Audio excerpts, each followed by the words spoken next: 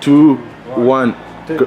What's up, Solid E for Eppik Online. We got my nigga Lewy Dalyricist. He's been doing it since Lewy the 13th. Yeah, man, taking back to the Saturdays. Tell us what you've been up to, man. Hey, it was good. Lewy here. Man, I've been through doing a lot of stuff, eh? I've been doing a lot of music and also shooting a couple of music videos. We're recently shooting a music video for my friend Pablo. It's going to be on TV this month, and I'm on that music video as well. Mine is going to be probably coming out end of the year. I've got an EP that I'm working on also that's just going to be dropping for the people that follow me and stuff, and then there's going to be an EP that's going to be out as an album that's coming out this year. Also, I've got gigs that are coming up. I've got the Cookout, which is on Saturday, and then also the Naz's launch with Noti. I'm sure you've heard of that, at Malejane Resort. Also, I'm gonna be there. Hope you come through. What else? Man, I've got too much. Yeah. That's on my mind right man. Now we've watched you evolve, like from being an underground MC, being a better rapper, true. Writing them love gems, turning up. So where would you define your sound right now? Like where are you at? Mental wise, lyrically, musically, beat wise, all that.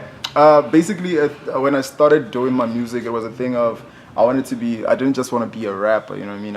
I knew that I could rap, you know, and I felt like everybody else could rap as well. So in order for me to stand out, I needed to learn different tactics or maybe different talents, you know what I mean? So I just didn't know that I could sing, and then I ended up turning into singing, you know.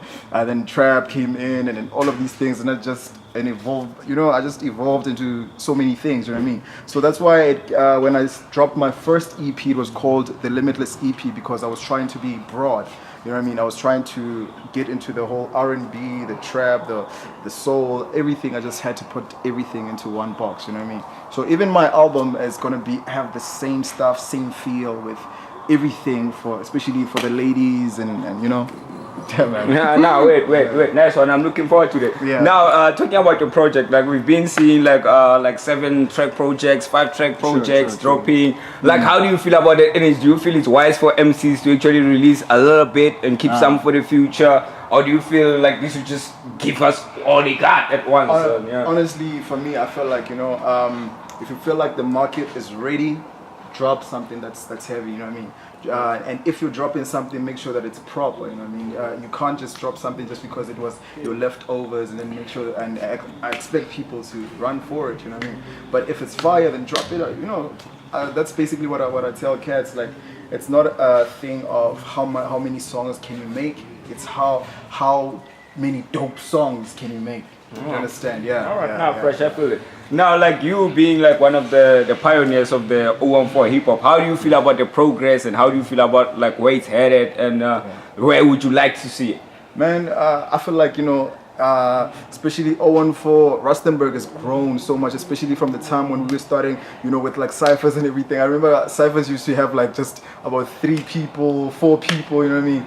Nowadays, we have sessions, we've got gigs, we've got, you know, we even managed to bring in huge artists to come through, you know what I mean? Now the industry is shifting to Northwest instead of, you know, just being in Joburg or just being in Cape Town or all of these other major areas, you know what I mean? So nowadays it's a different ball game.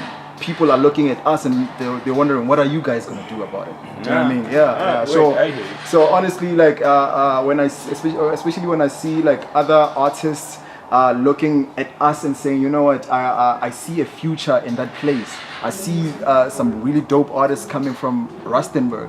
I feel very proud, you know what I mean? I feel very proud, honestly, and it's something that's really amazing. I never thought that guys like Bo Casper and Bo Kulichana would actually be speaking my name, you know what I mean? I never thought of such things, you know what I mean? But you know, it's happening, and it's all because of the movement of the 014 that started way back, you know what I mean? Way back. way back. Now we've seen cats like Huge working with Kid X, Robbie working with Questa, like D Exclusive and all that. Exactly. Like who do you aspire to work with? Any features on your upcoming tape? Who are you working closely with on your upcoming project? Yeah. So far, you know, with me, it's a thing of I barely work with like features. Do you understand?